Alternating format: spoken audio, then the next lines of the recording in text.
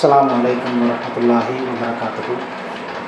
அல்ஹம்துலில்லாஹ் அல்ஹம்துலில்லாஹி நஹ்மதுஹு வ நஸ்தஈனுஹு வ நஸ்தக்ஃபிருஹு வ நஊது பில்லாஹி மின் ஷுரூரி அன்ஃபுஸினா வ மின் ஸய்யிஆத்தி அஅமாலினா. மை யஹ்திஹில்லாஹு ஃபலா முضில்ல லஹு வ மன் யுضلل ஃபலா ஹாதிய லஹு. வ அஷ்ஹது அன் லா இலாஹ இல்லல்லாஹ் வ அஷ்ஹது அன்ன முஹம்மதன் அப்துஹு வ ரசூலுஹு. அம்மா பஅத். கண்ணியத்திற்குரிய எல்லாம் அல்ல அல்லாஹுவின் நல்லடியார்களே, அல்லாஹுவினுடைய மார்க்கத்தை பற்றி தெரிந்து கொள்ள வேண்டும் என்பதற்காக இந்த மாலை நேரத்தில் நாம் இங்கே ஒரு சிறிய கூட்டமாக குழுமியிருக்கிறோம். இன்றைய தினம் பிரார்த்தனை என்கின்ற ஒரு தலைப்பை நாம் தேர்வு செய்திருக்கிறோம்.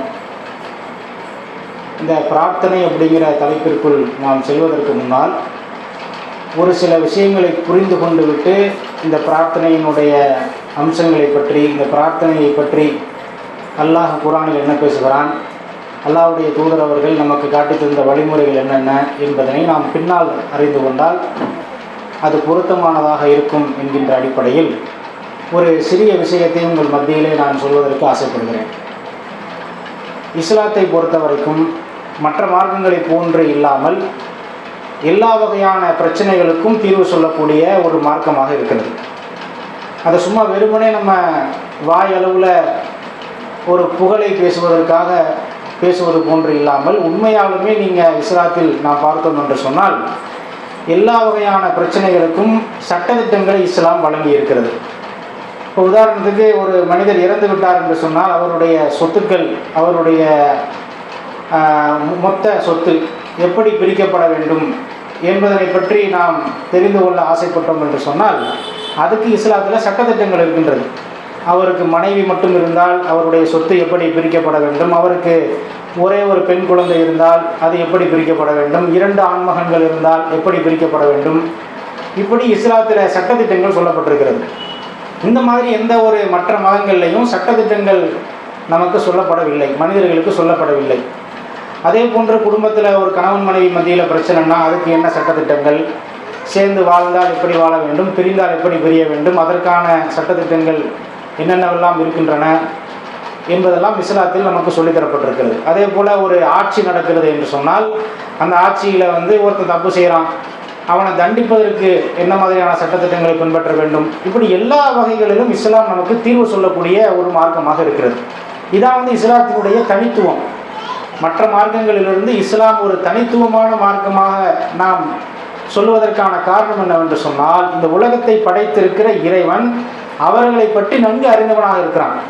இப்போ உலகத்தில் உள்ள மனிதர்களுக்கு ஏற்ற மாதிரியான சட்டத்திட்டங்களை தருவதற்கு அவனை விட வேறு ஒரு தகுதியான நபர்களை நம்மால் பார்க்க முடியாது. அப்போ அதனுடைய அடிப்படையில் இறைவன் மனித குலத்திற்காக வழங்கிய சட்டத்திட்டங்கள் இஸ்லாத்தில் அழகான முறையில் சொல்லப்பட்டிருக்கின்றன. இது மற்ற மார்க்கங்களில் இல்லை. மற்ற மார்க்கங்கள் வெறும் வணக்க வழிபாடுகளை பற்றியும் கடவுளை இப்படி நம்புறது அப்படிங்கிறத பற்றி மட்டுமே அதிகமாக பேசக்கூடிய நேரத்தில் இஸ்லாம் இந்த மாதிரியான சட்டத்திட்டங்கள் வாயிலாக அன்றாடம் மனிதர்கள் சந்திக்கக்கூடிய பிரச்சனைகளுக்கு தீர்வு சொல்லக்கூடிய ஒரு மார்க்கமாக இருக்கிறது. ஆனால் சில பிரச்சனைகளுக்கு இஸ்லாத்தில் சட்டத்திட்டங்கள் வாயிலாக நம்மால் தீர்வை காண முடியாது. இப்போ உதாரணத்துக்கு சொல்வது என்று சொன்னால், ஒரு கணவன் மனைவி இருக்கிறார்கள் என்று நம்ம வச்சுக்குவோம். இந்த கணவன் மனைவி மத்தியில் பிரச்சனை இருக்கிறது. ஒரு கணவன் சரிவர நடந்து கொள்ளவில்லை, சம்பாதிக்க மாட்டேங்கிறான், குடும்பத்திற்கு தேவையான பொருளாதாரத்தை கொண்டு வர மாட்டேங்கிறான், குடிக்கிறான், மனைவியை போட்டு அடிக்கிறான், பிள்ளைங்களை கவனிக்கிறது இல்லை, இப்படி ஒரு சூழ்நிலை இருக்குன்னு வச்சுக்கோமே. இப்போ இந்த சூழ்நிலைகளை மனைவி பொறுத்து பார்க்குறா, எப்படி நம்ம அந்த குடும்பத்தை நடத்தி கொண்டு போகிறது. பிள்ளைங்க 2 பிள்ளைங்க ஆயிடுச்சு, இவன் சம்பாதிக்கிறது இல்லை, சம்பாதிக்கிறது மட்டும் இல்லாமல் நான் வெளியில் போய் வேலை செஞ்சு கொண்டு வர்ற வருமானத்தையும் அடித்து வாங்கி போய் குடிச்சிட்டு அதை அழிச்சிட்றான், பிள்ளைங்களை அடிக்கிறான், குடும்பத்தில் ஒரு நிம்மதி இல்லாத ஒரு சூழ்நிலை இருக்கிறது. அப்படின்னு ஒரு சூழ்நிலை இருக்கும் பொழுது இந்த பிரச்சனைக்கு இஸ்லாம் சொல்லக்கூடிய தீர்வு என்ன? இப்போ குடும்பத்தில் இப்படி ஒரு பிரச்சனை இருக்குது, கணவன் சரியில்லை, ரொம்ப நாளுக்கு மனைவி பொறுத்து பார்த்துட்டா, ஆனால் திருந்துற மாதிரி தெரியல. அப்போ இந்த மாதிரியான சூழ்நிலையில் ஒரு மனைவி ஒரு எக்ஸ்ட்ரீமான நிலைமைக்கு போகும் பொழுது அவள் எடுக்கக்கூடிய முடிவு என்னதாக இருக்கும் என்று சொன்னால், பிரிஞ்சிருவோம் பேசாமல். அதான் இஸ்லாம் சொல்கிற தீர்வு. ஒரு குடும்பம் சுமூகமாக போக முடியல, எவ்வளவோ பொறுத்து பார்த்தாச்சு, எவ்வளவோ பேச்சுவார்த்தை நடத்தி பார்த்தாச்சு, செட்டே ஆகலை அப்படின்னு சொன்னால் மனைவி, அதாவது பெண்களுக்கு இஸ்லாம் தந்திருக்கக்கூடிய உரிமை என்னவென்று சொன்னால் குலா கொடுத்து பிரிஞ்சிடலாம். எப்படி ஆண்களுக்கு தலாக் அப்படிங்கிற ஒரு உரிமை இஸ்லாம் தந்திருக்கிறதோ, அதே போன்று பெண்களுக்கும் அந்த மனவாழ்வை முறித்து கொள்ளக்கூடிய ஒரு உரிமையை இஸ்லாம் தந்திருக்கிறது. அதுக்கு நம்ம குலான்னு சொல்லுவோம். அப்போ குலா கொடுத்து பிரிச்சிடலாம். இப்போ அந்த மனைவி என்ன பண்ணுறாங்கன்னா, முடிவு எடுத்துட்டாங்க, அவனை பிரிஞ்சிட வேண்டியதான் அப்படிங்கிற முடிவு எடுத்து விட்டார்கள். முடிவெடுத்து பேச்சுவார்த்தைக்கு ஜமாத்திட்ட போகிறாங்க. பேச்சுவார்த்தை நடந்துக்கிட்டு இருக்கு. இந்த பேச்சுவார்த்தைகள் நடந்து கொண்டிருக்கும் பொழுதே, அதாவது குலா கொடுத்து முடியல, ஆனால் குலாவுக்காக போய் கேட்டாங்க, பேச்சுவார்த்தை நடக்குது. இப்போ இவன் நினைக்கிறான், இந்த மனைவியை விட்டால் நம்மளுக்கு ஒரு சிறந்த ஒரு பெண்ணு கிடைக்க மாட்டா, நம்ம தான் தவறு செஞ்சிட்டோம், நம்ம ஒழுங்காக இல்லை, நம்ம ஒழுங்காக இருந்திருந்தோம்னு சொன்னால் இந்த மனைவி நம்மளை வந்து பிரிஞ்சு போகணும்னு நினச்சிருக்க மாட்டாதானே அப்படின்னு மனசெலவில் நினச்சி திருந்துறான்னு வைங்க. திருந்தி நான் சம்பாதிக்கிறேன், நான் குடும்பத்தை கவனிச்சுக்கிறேன், மனைவியை பார்க்குறேன்னு சொல்லி அவர் ஒரு முடிவை எடுக்கிறார்.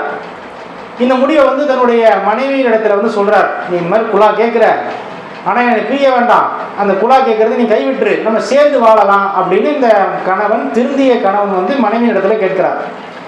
இப்படி கேட்கும் பொழுது இவருக்கு தெரியும் இவர் திருந்திட்டாருன்னு. ஆனால் மனைவி வந்து நம்ப மறுக்கிறாங்க. ஏன்னா அப்படி தானே இருந்திருக்கிறாரு முன்னாடி. எத்தனை வாட்டியோ சொல்லி பேச்சுவார்த்தை நடத்தி திருந்துறேன்னு சொல்கிறாரு, திருந்தலை, மறுபடியும் குடிக்கிறாரு, மறுபடியும் அடிக்கிறார், இப்படியே நடக்குது. அதனால தான் மனைவி குலாங்கிற இடத்துக்கு வந்துட்டாங்க. இவர் இப்போ உண்மையாகவே திருந்திட்டாரு. உண்மையாகவே வந்து ஒரு நாளைக்கு ஒரு நம்மளால் முடிஞ்ச அளவு சம்பாதிப்புன்னு ஒரு வேலையை பார்க்குறாரு, வேலைக்கு போக ஆரம்பிச்சிட்டாரு. உண்மையாகவே நடந்து போச்சு எல்லாமே. மனசெலவில் அந்த திருத்தம் ஏற்பட்டு விட்டது. உண்மையாகவே சம்பாதிப்பதற்கு ரெடி ஆகிட்டார், குடும்பத்தை கவனிக்க ரெடி ஆகிட்டார். ஆனால் மனைவி கிட்ட சொல்கிறாரு, மனைவி நம்பலை. இப்போ இந்த சுச்சுவேஷனில் இஸ்லாம் சொல்லக்கூடிய தீர்வு என்ன? சட்டத்திட்டங்கள் வாயிலாக நீங்கள் பார்த்தீங்கன்னா மனைவிக்கான ரைட்ஸ் என்ன? பிரிஞ்சிடலாம், நான் பிரிஞ்சு போகிறேன், இவர் எனக்கு வேண்டாம், ஃபுல்லாக கொடுத்துட்றேன் அப்படின்னு நிற்கிறாங்க. ஒத்த காலில் என்ன கொடுத்தும் அவங்க வழி கிடையாது. கணவன் வந்து இல்லை நான் மாட்டேன், நான் சேர்ந்து வரணும்னு நினைக்கிறேன் அப்படின்னா பேச்சுவார்த்தை நடத்துவாங்களே தவிர கடைசியில் 2 பேருக்கு இல்லை ஒரு ஆளுக்கு பிடிக்கலன்னா கூட பிரித்து வச்சுருவாங்க. சட்டத்திட்டங்கள் வாயிலாக நீங்கள் பார்த்தீர்கள் என்று சொன்னால் பிரிந்து போவதற்கான வாய்ப்பு தான் ஜாஸ்தி. அப்போ இங்கே கணவன் உண்மையாகவே திருந்திட்டானே, திருந்தி நான் வாழணும்னு ஆசைப்படுறானே, இவன் திருந்தினது இவனுக்கு தெரியும், இவனை படித்தா அல்லாவுக்கு தெரியும். உண்மையாகவே மனசெலவில் திருந்திட்டான் அப்படிங்கிறது வந்து அல்லாவுக்கு தெரியும், இவனுக்கு தெரியும். அப்போ உண்மையான ஒரு வாழ்க்கையை வாழ வேண்டும், திருந்திய ஒரு வாழ்க்கையை வாழ வேண்டும் என்று நினைக்கக்கூடிய இவனுக்கு இஸ்லாம் சொல்லக்கூடிய தீர்வு என்ன?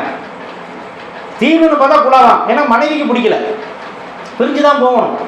அப்போ இப்படி இருக்கக்கூடிய மனநிலையில் இருக்கக்கூடிய ஒரு கணவனுக்கு இஸ்லாம் சொல்லக்கூடிய தீர்வு என்னவென்று சொன்னால், நீ அல்லாட்ட கையேந்து பிரார்த்தனை. அப்போ வந்து சட்டத்திட்டங்கள் வாயிலாக தீர்க்க முடியாத பிரச்சனைகள், பல பிரச்சனைகள், ஒவ்வொரு மனிதனும் அன்றாடம் சந்திக்கக்கூடிய பல பிரச்சனைகளுக்கு இஸ்லாம் எப்படி தீர்வு காண சொல்லுகின்றது என்று சொன்னால், நீ அல்லாட்ட கையேந்து, நீ கேட்கிற பிரார்த்தனையை உனக்கு வந்து பதிலளிக்கக்கூடிய ஒருவன், அதை கேட்கக்கூடிய ஒருவன் இருக்கிறான். நீ அல்லாட்ட கேளு, என்னுடைய மனைவியினுடைய மனசை மாற்றலான்னு கேளு, என்னை நம்ப வைன்னு கேளு. அந்த ஆற்றல் வந்து அல்லாவுக்கு இருக்கிறது, உனக்கு இல்லை, ஆனால் அவனை படைச்சவனுக்கு இருக்கிறது. அப்படிங்கிற ஒரு கான்செப்டை வந்து இந்த பிரார்த்தனை அப்படிங்கிற ஒரு கான்செப்ட் இஸ்லாத்தில் இல்லை என்று சொன்னால் இஸ்லாம் முழுமையே அடையாது. இப்போ இஸ்லாம் எப்படி முழுமை அடைகின்றது என்று சொன்னால், அல்லாஹ்விடத்தில் கையேந்துகிற அந்த ஒரு அம்சம் பிரார்த்தனை, பிரார்த்தனை என்கின்ற ஒரு வணக்கம் இஸ்லாத்தில் இருக்கின்ற காரணத்தினால்தான் இஸ்லாம் எல்லா பிரச்சனைகளுக்கும் தீர்வு சொல்லக்கூடிய ஒரு மார்க்கம் அப்படின்னு சொல்ல முடியும். பிரார்த்தனை நீங்கள் எடுத்துட்டீங்கன்னு வைங்களேன், வெறும் சட்டத்திட்டங்கள் வாயிலாக மட்டும் இஸ்லாத்தில் எல்லா பிரச்சனைகளுக்கும் தீர்வு கொண்டு வர முடியுமா? முடியாது. மன ரீதியாக பிரச்சனைகளை சந்திப்போம், குடும்பத்தில் பிரச்சனை இருக்கும், பொருளாதாரத்தில் பிரச்சனை, கடையில் பிரச்சனை இருக்கும். இந்த மாதிரியான பிரச்சனைகளுக்கெல்லாம் நம்ம யார்கிட்ட போய் எங்கன்னு போய் நிற்கிறது? சட்டத்திட்டங்கள் வாயிலாக ஒன்றும் பண்ண இயலாது. அப்போ இஸ்லாம் சொல்லக்கூடிய இந்த இடத்தில் ஒரு மிகப்பெரிய ஒரு தீர்வு என்னவென்று சொன்னால், நீங்கள் பிரார்த்தனை அல்லாஹ்விடத்தில் கையேந்துங்க, அல்லாஹ் பதிலளிப்பான் என்கின்ற ஒரு மிகப்பெரிய ஒரு தீர்வை நமக்கு இஸ்லாம் வழங்கி இருக்கிறது. சரி, ஓகே, பிரார்த்தனை கேட்கலாம், பிரார்த்தனையின் மூலியமாக பிரச்சனைகளை நாம் தீர்த்து கொள்ளலாம், இதெல்லாம் ஓகே. இதற்கு போவதற்கு முன்னால், பிரார்த்தனையின் மூலியமாக நாம் அடையக்கூடிய பலன்களை தெரிந்து கொள்வதற்கு முன்னால், இந்த பிரார்த்தனையை பற்றி அல்லாஹ் அதை எப்படி பார்க்குறான்னு தெரியணும்ல. பிரார்த்தனை, ஒரு அடியான் அல்லாஹ்விடத்திலே கையேற்றி விட்டான் என்று சொன்னால் அது அல்லாஹ்விடத்தில் எப்படி பார்க்கப்படுகிறது அப்படிங்கிறத நம்ம புரிந்து கொள்ள வேண்டும். அதை புரிந்து கொண்டோம் என்று சொன்னால் நம்ம பிரார்த்தனை எப்படி கேட்கணும்னு இப்போ நம்மளுக்கு இருக்கிற அந்த அண்டர்ஸ்டாண்டிங்கே மாறிடும். நம்மளுக்கு முதல்ல அதை புரிந்து கொள்ள வேண்டும். அல்லாஹ் குர்ஆனில் சொல்கிறான், முகமது நபியை பார்த்து சொல்கிறான், முகமதே, என்னை பற்றி என்னுடைய அடியார்கள் உன்னிடத்திலே கேட்டால் நீங்கள் சொல்லுங்கள். என்னன்னு சொல்லுங்க? அல்லாஹ்வை பற்றி உங்களிடத்துல வந்து கேட்டால், என்னுடைய அடியார்கள் கேட்டால் நீங்கள் பதில் சொல்லுங்கள். நான் பக்கத்தில் அருகிலேயே இருக்கின்றேன் என்று நீங்கள் சொல்லுங்கள். இது ஒன்று. அல்லாஹ் குர்ஆன்ல 2வது அத்தியாயத்தினுடைய 186வது வசனத்தில் சொல்லுகிறான், நான் பக்கத்தில் இருக்கேன்னு சொல்லுங்க. ஒன்று. என்னை அழைத்தால் அந்த அழைப்பாளரின் அழைப்புக்கு நான் பதிலளிக்கிறேன் என்று நீங்கள் சொல்லுங்கள். 2. அதுக்கடுத்து அல்லாஹ் சொல்றான், எனவே அவர்கள் என்னிடமே பிரார்த்திக்கட்டும். இதோட நிறுத்தல அல்லாஹ், அவர்கள் என்னையே நம்பட்டும்.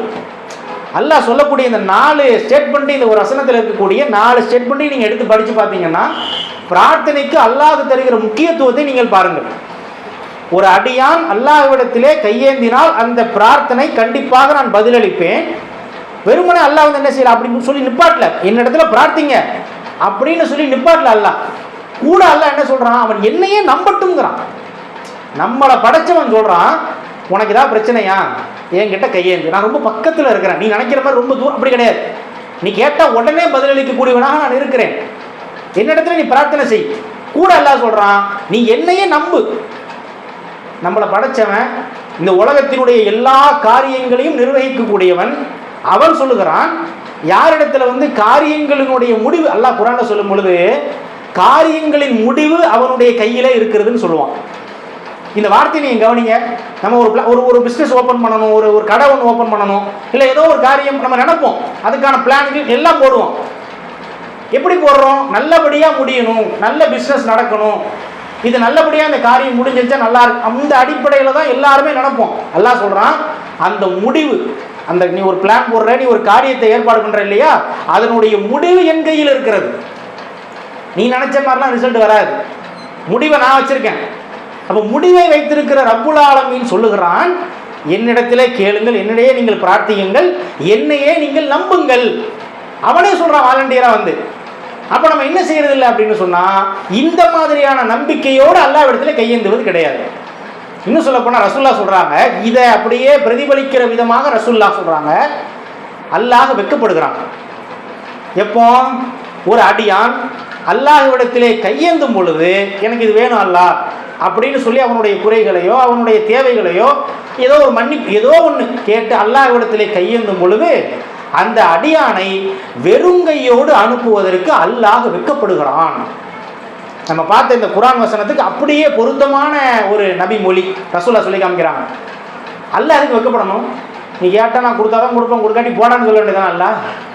அல்லாஹ் அதை என்ன செய்யறான், தன் மீது கடமையாக்கி கொண்ட மாதிரி இருக்கு இந்த வாக்கியம்.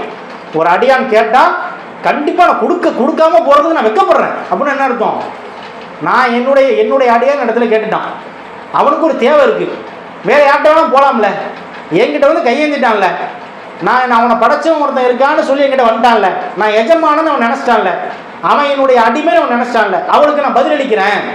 அப்போ இதுதான் ரசூலுல்லாஹ் என்ன செய்கிறாங்க சொல்லி காட்டுறாங்க. அப்புறம் முதலில் புரிந்து கொள்ள வேண்டும், இந்த பிரார்த்தனையை அல்லாஹ் எவ்வாறு பார்க்கிறான், அல்லாஹ்வுடைய புறத்திலிருந்து பிரார்த்தனை எவ்வாறு பார்க்கப்படுகிறது அப்படிங்கிறத புரிந்து கொண்டு விட்டோம் என்று சொன்னால், நம்ம பிரார்த்தனை முதல்ல நம்ம எப்படி பிரார்த்தனை அல்லாஹ்ட்ட கேட்கணும் அப்படிங்கிறத நம்ம மனசில் ஆழமாக நம்ம பதிய வைத்துக் கொள்ள முடியும். ஒன்று. ரெண்டாவது, சரி அல்லாஹ் இடத்துல இவ்வளவு முக்கியத்துவம் வாய்ந்த ஒரு சப்ஜெக்ட் பிரார்த்தனை, இதை எப்படி செய்யணும் அப்படின்னு ஒன்று இருக்குது. வெறுமனே ஓகே அல்லாஹ் முக்கியத்துவம் கொடுக்குறான், என்னைய நம்புங்கிறான், அல்லாஹ்ட்ட கேட்கணும், அந்த டோக்கன் ஓப்பனாக, அந்த வாசல் ஓப்பனாக தான் இருக்குது. ஆனால் எப்படி கேட்கணுங்கிற ஒரு முறையையும் இஸ்லாம் நமக்கு கற்றுத்தருகிறது. அதை தான் நம்ம பார்க்க போகிறோம் முக்கியமாக. ஏன்னா நம்ம அதிகமானவர்கள் பின்பற்றாத பிரார்த்தனை எப்படி இருக்க வேண்டும் அப்படிங்கிற ரசூலுல்லாஹ் நமக்கு காட்டி தந்த வழிமுறைகளை பின்பற்றாத ஒரு மனிதர்களாகத்தான் நம்ம அதிகமானவர்கள் இருக்கிறோம்.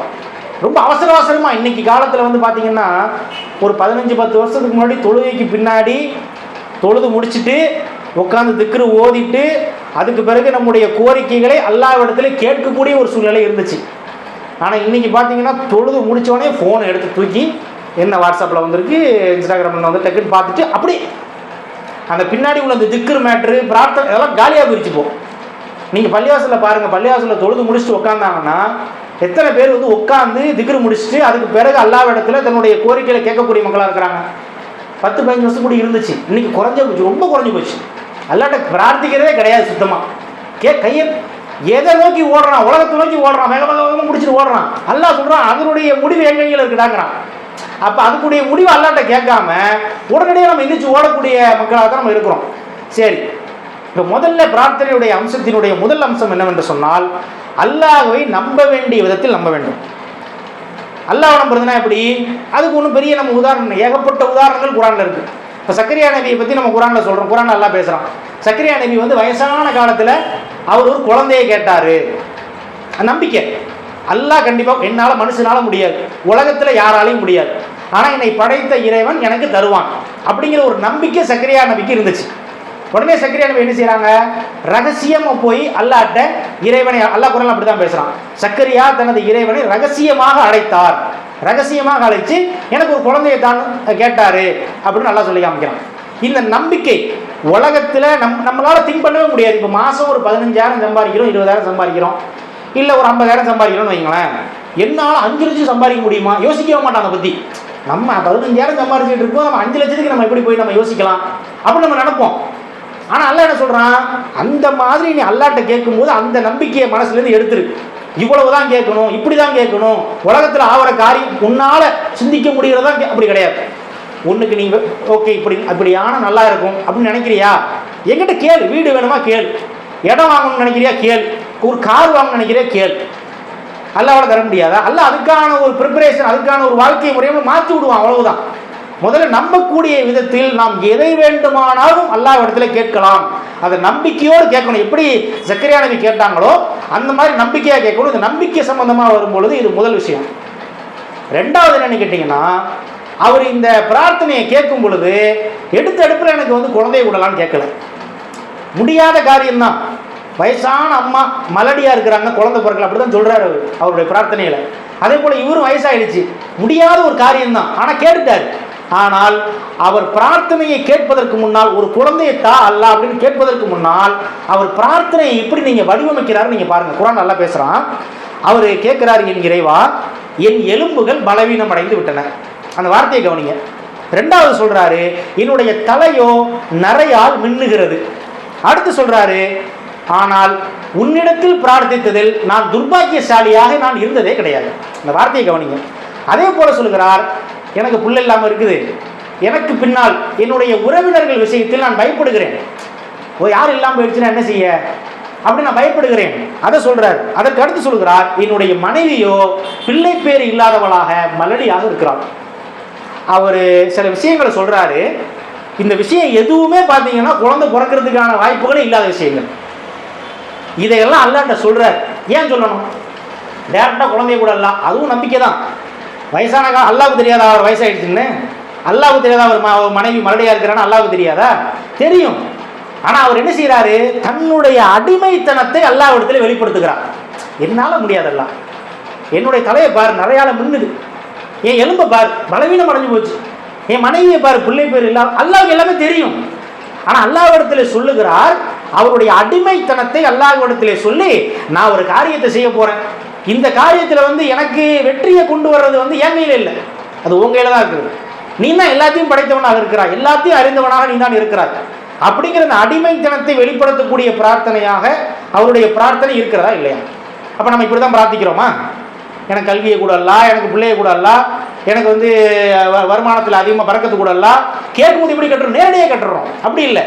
கேட்கும்போது எப்படி கேட்க வேண்டும் என்று சொன்னால், நம்முடைய அடிமைத்தனத்தை வெளிப்படுத்தி அல்லாஹ்விடத்திலே நம்முடைய பிரார்த்தனை அமைத்துக் கொண்டோம் என்று சொன்னால் அல்லாஹ் அதிகமாக விரும்புகிறான். உடனே அல்லாஹ் என்ன செய்கிறான், சக்கரியாவே உமக்கு ஒரு மகனை பற்றி நற்செய்தி கூறுகிறோம், அவருக்கு எகியான பேர் வை, இந்த பேர் வச்ச ஒரு மனிதர் இதுக்கு முன்னாடி உலகத்தில் பிறந்ததே கிடையாது, இப்படி எல்லாம் வருஷத்தில் அடிக்கிறான். அப்போ நம்ம ரெண்டாவது புரிந்து கொள்ள வேண்டிய விஷயம், நம்முடைய அடிமைத்தனத்தை, நம்முடைய பலவீனத்தை என்னால் முடியாதல்ல, உன்னால தான் முடியும், நான் இதுக்கு சக்தி படைச்சவன் இல்லை, உன்னால தான் முடியும். இந்த அடிமைத்தனத்தை அல்லாஹ்விடத்திலே நாம் பிரார்த்தனையில் பிரதிபலிக்கிறோமா? அது ரெண்டாவது விஷயம். முதல் விஷயம், அல்லாஹ்வை நம்ப வேண்டும். மனிதர்களை நம்புவது போன்று நம்பக்கூடாது, எல்லாத்தையும் அவனால் முடியும் அப்படிங்கிறத நம்ப வேண்டும் ஒன்று. ரெண்டாவது என்னவென்று சொன்னால், நம்முடைய அடிமைத்தனத்தை பிரதிபலிக்கக்கூடிய வண்ணம் நம்முடைய வாக்கியங்கள், நம்முடைய பிரார்த்தனையுடைய வாக்கியங்கள் அமைய வேண்டும். அதற்கு அடுத்து என்னவென்று சொன்னால், நம்ம இதே மாதிரி தான், இதே மிஸ்டேக் தான். என்ன மிஸ்டேக்னா, நம்முடைய பிரார்த்தனைகளை கோரிக்கையை மட்டும் வச்சுருவோம். ஆனால் நீங்கள் நபிமார்கள் செய்த பிரார்த்தனையோ, அல்லாஹ் குர்ஆனில் சொல்லக்கூடிய நபிகள் நாயகம் ஸல்லல்லாஹு அலைஹி வஸல்லம் அவர்கள் நமக்கு கற்றுத்தந்த பிரார்த்தனைகள், நீங்கள் எந்த பிரார்த்தனை நீங்கள் எடுத்து பார்த்தாலும் சரி தான், அதில் ஒரு அம்சம் இருக்கும். என்ன அம்சம்னா, அல்லாஹ்வை அவனுடைய பேரை சொல்லி புகழ்வார்கள். என் இறைவா, நீ மன்னிக்க கூடியவன், நீ அளவற்ற அருளாளன், நீ நிகரில்லாத அன்புடையவன், ஒரு கோரிக்கை இருக்கும். அந்த கோரிக்கையை வந்து கேட்டுட்டு அது சம்பந்தமான ஒரு அல்லாஹ்வுடைய பண்பை சொல்லி அல்லாஹ்வுடைய பேரை சொல்லி அல்லாஹ்வை புகழ்வார்கள். அந்த புகழ்ச்சி நம்முடைய பிரார்த்தனையில முக்காவாசி பேர் இருக்கிறது இல்லை. அல்லாஹ்வுடைய பேரை சொல்லி அல்லாஹ்வை புகழ்றது வந்து அல்லாஹ் விரும்புகிறான். ஒன்றுமில்லை, அய்யூப் நபி வந்து நோயால் பாதிக்கப்பட்டாங்க. அவங்க என்ன செய்கிறாங்க, அல்லாஹ்ட்ட கேட்குறாங்க, என் இறைவா, நான் என்னுடைய உடம்புல ஒரு தீங்கு தீண்டி விட்டது, அதிலிருந்து என்னை காப்பாற்று, ஒரு விடுதலையை கூட கேட்குறாங்க. அந்த பிரார்த்தனை இருக்கிறது. அந்த பிரார்த்தனையை முடிச்சுட்டு அவங்க இன்னொரு ஒரு ஸ்டேட்மெண்ட்டை சேர்க்குறாங்க, நீ கருணையாளர்களுக்கெல்லாம் கருணையாளன். இந்த மாதிரி நம்ம யாராவது சொல்கிறோமா பிரார்த்தனையில்? நீங்கள் கவனிச்சு பாருங்க. இதுக்கு முன்னாடி நீங்கள் செஞ்ச பிரார்த்தனையெல்லாம் நீங்கள் யோசிச்சு பாருங்க. நம்பிக்கை இருக்குதா? அல்லாஹ்விடத்தில் நம்முடைய அடிமைத்தனத்தை வெளிப்படுத்துகிறோமா? அல்லாஹ்வை நம்ம புகழ்கிறோமா நம்முடைய பிரார்த்தனையில்? இதெல்லாம் இருந்தால் தான் அதிகம் பிரார்த்தனை அங்கீகரிக்கப்படுவதற்கான வாய்ப்புகள் ஜாஸ்தி. அல்லாஹ் சொல்கிறான், என்னை நம்பு, என்கிட்ட கேளு, கண்டிப்பாக உனக்கு உண்டுங்கிறான். எப்போ இந்த மாதிரியான விஷயங்கள்லாம் ஃபாலோ நம்ம பண்ணோன்னு சொன்னால் பிரார்த்தனை அவன் அங்கீகரிக்கப்படுவதற்கு அதிகம் தகுதியுடைய ஒரு பிரார்த்தனையாக மாறிவிடுகிறது. அப்போ நம்ம என்ன வேணாலும் கேட்கலாம் அல்லாஹ் கிட்ட, அல்லாஹ் கண்டிப்பாக கொடுப்பான். நம்ம ஆனால் என்ன செய்யறது இல்லை, அதுக்கு ஏற்ற மாதிரியான பிரார்த்தனையை வடிவமைத்துக் கொள்வது கிடையாது. அப்போ நம்ம இன்னொரு விஷயத்தை புரிந்து கொள்ள வேண்டும். அவனுக்கு என்று இருக்கக்கூடிய பெயர்கள் சும்மா இஷ்டத்துக்கு ஒரு பேர் அடிச்சு விடக்கூடாது.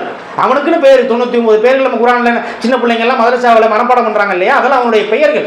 அந்த பெயர்களை சொல்லி நீ வள்ளலாக இருக்கிறாய், நீ நியாய தீர்ப்பு நாளுடைய அதிபதியாக இருக்கிறார், அதனால என் பாவத்தை மன்னிச்சிடலாம் அப்படிங்கிறதுக்கும் வெறுமனே பாவத்தை மன்னிச்சிடலாங்கிறது வித்தியாசம் இருக்குதா இல்லையா? நீ மறுமை நாளுடைய அதிபதி, அன்னைக்கு நான் பாவத்தோடு வந்தேன்னா நீ காலி பண்ணிடுவேன், அதனால நான் மன்னிச்சிடலாம் அப்படிங்கிறதுக்கும் வெறுமனே மன்னிச்சிடலாங்கிறதுக்கும். அப்போ அல்லாஹ்வுடைய பெயர்களை படித்து புரிந்து கொண்டு அதை நம்முடைய பிரார்த்தனையில் பிரதிபலிக்க வேண்டும். அது அதுக்கு அடுத்து என்ன விஷயம் என்று சொன்னால், அல்லாஹ் குர்ஆன்ல சொல்கிறான், 7வது அத்தியாயத்தினுடைய 205வது வசனம். அதில் அல்லாஹ் சொல்கிறான், நம்ம பிரார்த்திக்கும் போது அல்லாஹ் ஒரு சில விஷயங்களை கற்றுத்தருக்கிறான். உம்முடைய மனதில் பணிவோடும் அச்சத்தோடும் உரத்த சப்தம் இல்லாமலும் காலையிலும் மாலையிலும் உமது இறைவனை நீங்கள் நினைவு கூறுவீராக. ரசூலுல்லாஹ் சொல்கிறான்ல, இதில் ஒரு பிரார்த்தனை என்று வந்துவிட்டால் அந்த பிரார்த்தனையில் இருக்கக்கூடிய அம்சங்களை அல்லாஹ் ஒன்று ஒன்றா பட்டியல் போடுறான். என்ன? பிரார்த்தனையில் பணிவு இருக்க வேண்டும். ரொம்ப அப்படி சில பேர் பிரார்த்தனையில் மிலிட்டரி ஆளுநர்கள் அப்படி உட்காந்துருப்பாங்க. அப்படி உட்காரலாம், தவறு கிடையாது.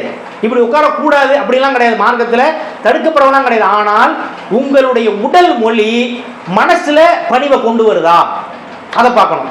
என்னுடைய இப்படி உட்கார்ந்து இருக்கிறத விட இப்படி குறுகிட்டீங்க அல்லாஹ் கிட்ட, இப்படி உடல் குறுகிச்சுன்னா ஆட்டோமேட்டிக்காக சில பேருக்கு மனசில் பணிவு வந்துடும்.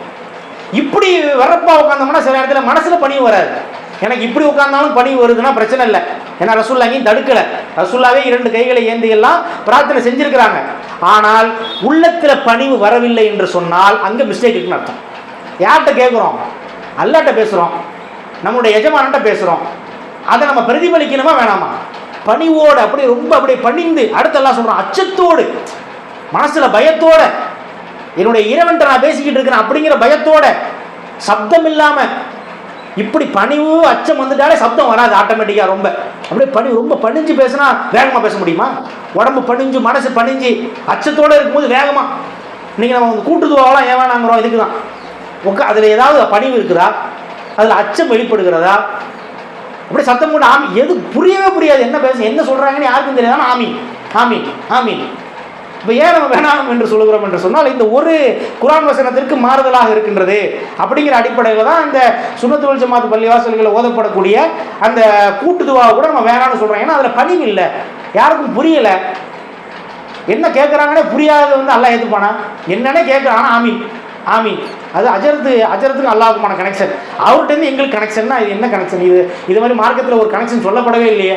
அப்போ நம்ம புரிந்து கொள்ள வேண்டும், புகழ்வதோடு சேர்த்து பணிவு இருக்க வேண்டும், மனசில் அச்சம் இருக்க வேண்டும், சப்தம் இல்லாமல், ஓரளவுக்கு உரத்த சப்தம் இல்லாமல் மனசுக்குள்ள அல்லாஹ்விடத்தில் பிரார்த்தனை செய்ய வேண்டும். இது அடுத்த விஷயம். அதுக்கு அடுத்து ரசூலுல்லாஹ் சொல்லி காட்டுறாங்க, அல்லாஹ்விடத்தில் கேட்கும் பொழுது நீங்கள் வலியுறுத்தி கேளுங்க. நீ விரும்பினா கூட இல்லாம் அப்படிலாம் கேட்கக்கூடாது.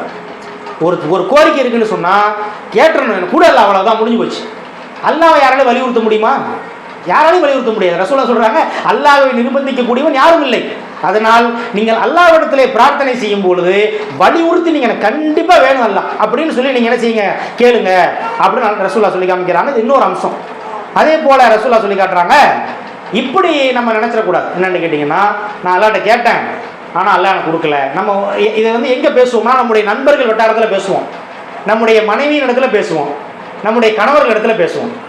எப்போ நம்ம நைட்லாம் படுக்க தயாராகிடுவோம், அப்போ பெட்டெல்லாம் விரிக்கப்பட்டுரும். நானும் ரொம்ப நாளாக அல்லாஹ் கிட்ட கேட்டுகிட்டு இருக்கேன், குடும்ப பிரச்சனையை பற்றி பேசிக்கிட்டு இருப்போம்.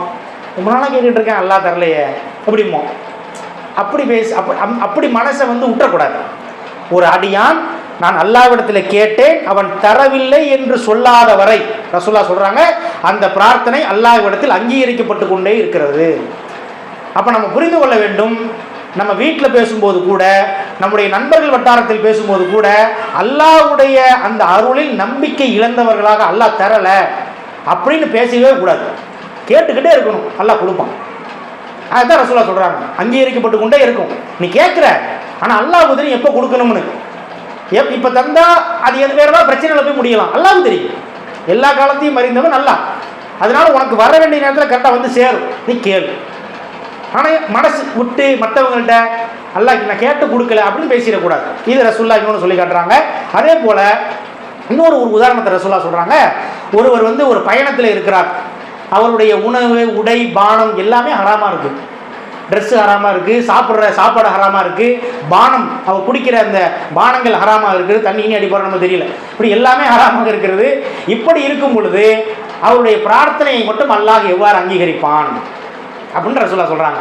இப்போ உதாரணத்துக்கு நம்ம ஒரு கடை வச்சுருக்கோம்னு வைங்களேன், கடையில் வருமானத்தை கூட அல்லான்னு கேட்டுக்கிட்டு கடையில் சிகரெட் விற்கக்கூடாது. ஹராமான வியாபாரத்தை பண்ணிக்கிட்டு ஹராமான பொருளை கடையில் வச்சு விற்றுக்கிட்டு எனக்கு வியாபாரத்தில் பறக்கத்து கூடாதுன்னு அல்லா அப்படி கொடுப்பான்? தரமாட்டான். இஎம்ஐயில் பொருள் வாங்கி வீட்டில் போட்டுக்கிட்டு டிவி அதெல்லாம் நம்மளால் காசு கொடுத்துலாம் வாங்க 50,000 பேரும் சொல்கிறான். இஎம்ஐ போட்டு மாதம் 2,000 வாங்குறாங்க. மிக்சி 2,000 ரூபாய்க்கு போட்டால் 500 போட்டால் இஎம்ஐயில் மாதம் கட்டுறோம், ஈஸியாக போயிடுது. வட்டியில் டீலிங் பண்ணிக்கிட்டே எனக்கு பொருளாதாரத்தில் என்னுடைய வீட்டில் எல்லாத்துலையும் எனக்கு வந்து பறக்கத்து கூடலான்னா அல்லா அப்படி கொடுப்பான். அப்போ நம்முடைய புறத்தில் இருக்கக்கூடிய ஹராமான விஷயங்கள் எல்லாவற்றையும் தவிர்த்து கொண்டு நம்மை நாம் சுத்தமாக்கி கொண்டு அல்லாஹ்விடத்தில் கேட்க வேண்டும். அடுத்த விஷயம் இது எல்லாம் போக இன்னொரு விஷயம் என்னவென்று சொன்னால், நம்மிடத்தில் அன்றாடம் செய்யக்கூடிய சில தவறுகள், சில பாவங்கள், இப்படி ஏதாவது இருக்குன்னு சொன்னால் முதல்ல அல்லாஹ்ட்ட மன்னிப்பு கேட்டணும். அல்லாஹ் நம்ம மேலே கோபமாக இருக்கும் பொழுது அதுக்கான மன்னிப்பு கேட்காம நேரடியாக எனக்கு இது கூடலாம் அது கேட்கலாம், தவறு இல்லை. ஆனால் நம்மளுக்கே உறுத்தமாக உறுத்தாதா? நான் காலையில் ஃபஜருக்கு பிறகு ஒரு தப்பு பண்ணிட்டேன், லொகர் வந்துருச்சு, லொகர் முடிச்சாச்சு, துவாவோட உட்காந்தாச்சு, காலைல செஞ்ச அந்த தப்புக்கு அல்லாட்ட மன்னிப்பு கேட்டுருவோம். ஃபஸ்ட்டு எல்லாம் கோவப்பட்டுறாத, மன்னிச்சிரு. மன்னிப்பு கேட்டுட்டு அதுக்கப்புறம் கோரிக்கைக்கு வாங்கணும். முதல்ல நம்ம அதுலேருந்து விடுபடணுமா இல்லையா? அல்லாஹ் ஒரு விஷயத்தில் நம்ம கோபமாக இருக்கிறான்னு சொன்னால் அதுலேருந்து நம்ம முதல்ல விடுபட்டுறணும். விடுபட்ட பிறகு அதுக்கான மன்னிப்பு கேட்டால் எல்லாம் மன்னிச்சிருவோம், ரைட். அந்த மனசுக்கு வந்துட்டு அதுக்கு பிறகு நம்முடைய கோரிக்கைகளை நாம் கேட்க வேண்டும். இது அடுத்த ஒரு அம்சம். அப்போ இதை நம்ம புரிந்து கொள்ள வேண்டும். இவையெல்லாம் வந்து நம்ம இது இல்லாமல் நிறைய விஷயங்கள் இருக்கிறது, இருந்தாலும் டைம் இல்லாத காரணத்தினால நம்ம ஒன்று ஒன்றா குறைச்சிக்கிட்டோம். இப்போ நம்ம ஆரம்பத்தில் நான் பட்டியல் போடுறேன். ஒன்று என்னென்னா, அல்லாஹ்வை நம்ப வேண்டிய விதத்தில் நம்ப வேண்டும், இது ஒன்று. இரண்டாவது, நம்முடைய பிரார்த்தனையில் நம்முடைய அடிமைத்தனத்தை நாம் வெளிப்படுத்த வேண்டும், இது ரெண்டு. நம்ம அந்த மாதிரியான வாக்கியங்கள் எல்லாம் நம்முடைய என்னால் முடியாதெல்லாம் உன்னால தான் முடியும், நான் வந்து பலவீனமானவன் நீ பலமானவன், அல்லாஹ் தூய்மையானவனாக இருக்கிறான், நம்ம அப்படி இது மாதிரி பல விஷயங்களை வந்து அல்லாஹ்விடத்தில் சொல்லி நம்முடைய பிரார்த்தனையை கேட்க வேண்டும். அதான் சக்கரியா அலைஹிஸ்ஸலாம் அப்படி தான் நம்ம என்ன செய்கிறாங்க, கேட்குறாங்க. இன்னொரு விஷயம் என்னவென்று சொன்னால், மூணாவது விஷயம், அல்லாஹ்வை புகழ்ந்து அவனுக்கென்று இருக்கக்கூடிய பெயர்களை கூறி பிரார்த்தனைகளை வந்து ஞாபகப்படுத்தி அந்த பெயர்களை எல்லாம் கூறி அல்லாஹ்வை புகழ்ந்து நம்முடைய பிரார்த்தனையை அமைத்துக் கொள்ள வேண்டும். அது வந்து மூணாவது. நாலாவது விஷயம், பணிவு இருக்க வேண்டும். பணிவு இல்லைன்னு சொன்னால் அதுக்கு ஒரு அர்த்தமே இல்லாத மாதிரி போயிடும். அது என்ன, ஒரு நம்ம அல்லாட்ட பேசுகிறோங்கிற அந்த ஒரு இதுக்கான அர்த்தமே இல்லாத மாதிரி, ஏதோ ஒரு ரோபோட்டுக்கிட்ட பேசுகிற மாதிரி, மனுஷன்கிட்ட பேசுகிற மாதிரி, ஒரு அதிகாரி வந்து கீழே உள்ளவன் அப்படி இருக்கக்கூடாது. அல்லாஹ்விடத்தில் பேசணும் அப்படின்னா அதுக்கான பணிவு இருக்க வேண்டும். ஐந்தாவது, அச்சத்தோடு, மனசில் உள்ளச்சத்தோடு பேச வேண்டும். அதே போல் சொல்லில் ரொம்ப சப்தம் இல்லாமல் ஒரு மீடியமான சொல்லோடு பேச வேண்டும். அதுக்கப்புறம் வலியுறுத்தி கேட்க வேண்டும், இது ஆறாவது. ஏழாவது, அவசரப்படக்கூடாது. இது எட்டாவது, ஹராமான விஷயங்களை நம்முடைய வாழ்க்கையிலிருந்து நாம் நீக்கிவிட வேண்டும். அது குறித்து ஒன்பதாவது, நம்முடைய தவறுகளை எல்லாம் ஒப்புக்கொண்டு, எப்படி நபிமார்கள் அல்லாஹ்விடத்தில் பிரார்த்தனை செஞ்சாங்க, நபிமார்களே தவறு செஞ்சுட்டு அல்லாட்ட உடனடியாக எப்படி கேட்குறாங்க, அவங்க வார்த்தைகள் எல்லாம் அல்லாஹ் குர்ஆன் சொல்லி காட்டுறானா இல்லையா? லா இலாஹ இல்லா அன்த சுப்ஹானக இன்னி குன்து மினல் ஸாலிமீன். யார்? யூனுஸ் நபி கேட்ட பிரார்த்தனை. எங்க? இதுக்குள்ள உட்காந்துக்கிட்டு, இருட்டறைக்குள்ளே பல இருள்களில் உட்காந்துட்டு அவர் அழைத்தாரு அல்லாஹ் குர்ஆன்ல சொல்றான். யாரு? யூனுஸ் நபி மீன் வயிற்றுக்குள்ள உட்காந்துக்கிட்டு. என் இறைவா நீ உன்னை தவிர வணக்கத்திற்குரியவன் வேறு யாரும் இல்லை, நீ தூய்மையானவன், நான் தான் அநியாயம் செஞ்சுட்டேன். இந்த மாதிரியான வார்த்தைகளை நம்ம யூஸ் பண்ணி நம்ம பாவ மன்னிப்புக்கு அல்லாட்ட கோரிக்கைகளை வைத்துவிட்டு அதற்கு பிறகு நம்முடைய பிரார்த்தனைகளை கேட்க வேண்டும். இதெல்லாம் நம்ம ஃபாலோ பண்ணணும்னு சொன்னால் இதெல்லாம் கொஞ்சம் தான். இதை எல்லாத்தையும் நம்ம ஃபாலோ பண்ண ஓரளவுக்கு நம்ம இப்போ அடுத்த ஒரு மாதத்துக்கு இதை நம்ம ப்ராக்டிஸில் கொண்டு வருவோமே. இப்போ இந்த விஷயங்கள்லாம் ஞாபகத்தில் வச்சுக்கிட்டு அடுத்த ஒரு மாதத்தில் நம்ம எப்பெல்லாம் பிரார்த்தனைக்கு உட்காடுறோமோ இதை மனசில் வச்சுக்கணும். கையை ஏந்திரணும். கை எப்பவுமே பார்த்தீங்கன்னா மேலே, அதாவது வானத்தை நோக்கி இருக்கக்கூடிய வண்ணம் நம்முடைய கைகளை வைத்துக் கொள்ள வேண்டும். அப்படி தான் ஹதீஸில் அதிகமாக வருகிறது. முடிஞ்ச அளவுக்கு பாடியெல்லாம் கொஞ்சம் நல்ல பணிவோடு அமைத்து கொண்டு அல்லாஹ்விடத்தில் கவனத்தோடு, கவனம் இல்லாமல் கேட்டால் முடிஞ்ச போச்சு. தொழுகையும் அப்படி தான். இப்போ வயிறுள்ளில் முசல்லின், தொழுகையாளிகளுக்கு கேடுதான். ஏன்? அவர்கள் தன்னுடைய தொழுகைகளை கவனமற்றவர்களாக இருக்கிறார்கள். அப்படி நம்ம கவனம் இல்லாமல் தொழுதோம்னா கேடுதான். அதே மாதிரி அல்லாட்ட கேட்கும் பொழுது கவனத்தோடு கேட்க வேண்டும். கவனத்தோடு கேட்டால் தான் முதல்ல நம்ம அதை நம்புறோம்னு அர்த்தம். நம்முடைய சில பேருக்கு ஒன்று கேட்டுட்டு இருப்பான், டேப் ரிகார்டரில் போட்ட மாதிரி ஓடிட்டு இருக்கும். டெய்லி நரகத்திலிருந்து பாதுகாப்பு கூட இல்லை, சக்கராத்து வேதனையிலிருந்து பாதுகாப்பு கூட இல்லை, கபரு வேதனையிலிருந்து இதெல்லாம் டெய்லி கேட்பான். சில பேர் கேட்கும்போது எப்படி கேட்பாங்க? கவனம் இருக்காது. அல்லாட்ட கேட்குறோங்கிற அந்த கனெக்ஷன் விட்டு போயிடும். அப்படி ரிப்பீட் மோடில் வரும். அல்ஹம்து சூரா வருதுல, ரிப்பீட் மோடில் கவனம் இருக்காது. அல்ஹம்துலில்லாஹி ரப்பில் ஆலமீன் மாலிகி ரிப்பீட் மோடில் ஓடுது இல்லையா? அந்த மாதிரி ஓடுனுச்சுன்னா அதுக்கு அல்லாஹ்விடத்துல மதிப்பு இருக்காது. அதனால் இதையெல்லாம் புரிந்து கொண்டு நம்ம பிரார்த்தனை அமைத்துக் கொள்ள வேண்டும். இப்படி அமைத்துக் கொண்டால் ரசூலுல்லாஹ் சொல்றாங்க, உங்களுக்கு அல்லாஹ்வுடைய புறத்திலிருந்து கண்டிப்பாக பிரார்த்தனை பதிலளிக்கப்படும். எப்படி பதிலளிக்கப்படும் என்று சொன்னால் 3 ரூட்ல உங்களுக்கு அல்லாஹ் பதில் கொடுப்பான்.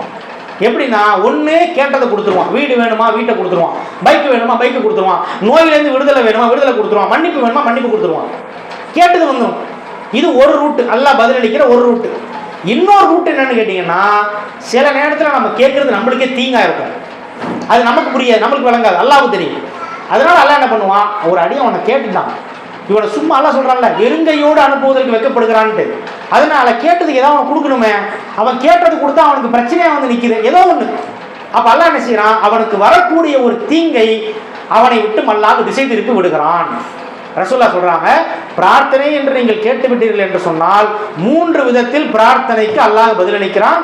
ஒன்று, அவன் கேட்டது கிடைத்து விடும். ஒன்று இல்லை என்று சொன்னால் அவனுக்கு வரக்கூடிய தீங்கை அல்லாஹ் என்ன செய்கிறான், மாற்றி விடுகிறான், அதிலிருந்து அவனை காப்பாற்றி விடுகிறான் அப்படின்னு சொல்றாங்க. 3வது என்னன்னு சொன்னா, இப்ப கேட்டதும் நடக்கல, நம்மளுக்கு வரக்கூடிய தீங்கும் போகலை அப்படின்னு சொன்னா அல்லாஹ் அந்த பிரார்த்தனையை மறுமையினுடைய சேமிப்பாக ஆக்கி விடுகிறான். அப்ப நியாய தீர்ப்பு நாள்ல அல்லாஹ் முன்னாடி போய் நிற்கக்கூடிய அந்த ஒரு நாளில் அது நமக்கு சேமிப்பாக மாறிவிடும். அந்த நாள்ல நம்முடைய நன்மையில் அது பதிவைக்கப்பட்டு விடும் சொன்னால் அந்த நாள்ல நம்முடைய பாவங்களை மன்னிக்கிறதுக்கு அல்லாஹ் அதை யூஸ் பண்ணலாம். அதனால எப்படி பார்த்தாலும் நம்மளுக்கு ஏதோ ஒன்று கிடைச்சி போயிடுது. அல்லாஹ் கிட்ட அல்லாஹ்ட்ட கேட்டுட்டோம்னு சொன்னா இந்த ரூல்ஸ் எல்லாம் ஃபாலோ பண்ணி, இந்த கண்டிஷனை எல்லாம் ஃபாலோ பண்ணி அல்லாஹ்விடத்தில் நம்முடைய பிரார்த்தனை அமைத்துக் கொண்டோம் என்று சொன்னால் இந்த 3இல் ஒன்றை நாம் கண்டிப்பாக அல்லாஹ்விடத்தில் பெற்றுக்கொள்ளலாம். உடனே சகாபாக்கள் அந்த கேட்டவனே சொல்றாங்க, அப்படியே ரசூலுல்லாஹ், அப்ப நாங்கள் அதிகமாக கேட்போமேங்கிறாங்க சகாபாக்கள். அல்லாஹ்வுடைய தூதரை பார்த்து நாங்கள் நிறைய கேட்போமே. அதுக்கு உடனே ரசூலுல்லாஹ் சொல்றாங்க, நீங்க நிறைய கேட்டீங்கன்னா அல்லாஹ் இன்னும் அதிகமாக வழங்கக்கூடியவன் அப்படிங்கிறாங்க. அதனால் இந்த பிரார்த்தனையில் சொல்லப்பட்ட இந்த விஷயங்களை எல்லாம் இனி வரக்கூடிய காலங்களில் உடனடியாக ஒரு பிளான் மாதிரி போட்டு நம்ம இன்னைக்கு ஒரு பிரார்த்தனை முடிஞ்சதா, இன்னைக்கு நம்ம பணிவை மேற்கொண்டோமா, இன்னைக்கு நம்ம அடிமைத்தனத்தை பிரார்த்தனையில வெளிப்படுத்தணுமா, இன்னைக்கு இந்த பிரார்த்தனையில அல்லாஹ்வை புகழ்ந்தோமா அப்படின்னு ஒரு லைட்டா ஒரு எண்ணம் அப்படி வந்துருச்சுன்னா அதுக்கு அடுத்தடுத்து வரக்கூடிய பிரார்த்தனைகளை நம்ம சீரமைத்துக் கொள்ளலாம். அப்படி சீரமைத்து பிரார்த்தனைகள் அல்லாஹ்விடத்தில் அங்கீகரிக்கக்கூடிய வண்ணம் நம்முடைய பிரார்த்தனைகள் அமைய வேண்டும். அப்படிப்பட்ட பிரார்த்தனைகளை மேற்கொள்ள உங்களுக்கும் எனக்கும் அல்ல இறைவன் அருள் புரிவானாக என்று சொல்லி என்னுடைய உரையை முடித்துக் கொள்கிறேன். வாஹிரு தஅவானா அல்ஹம்துலில்லாஹி ரப்பில் ஆலமீன். அஸ்ஸலாமு அலைக்கும் வரஹ்மத்துல்லாஹி வபரகாத்துஹு.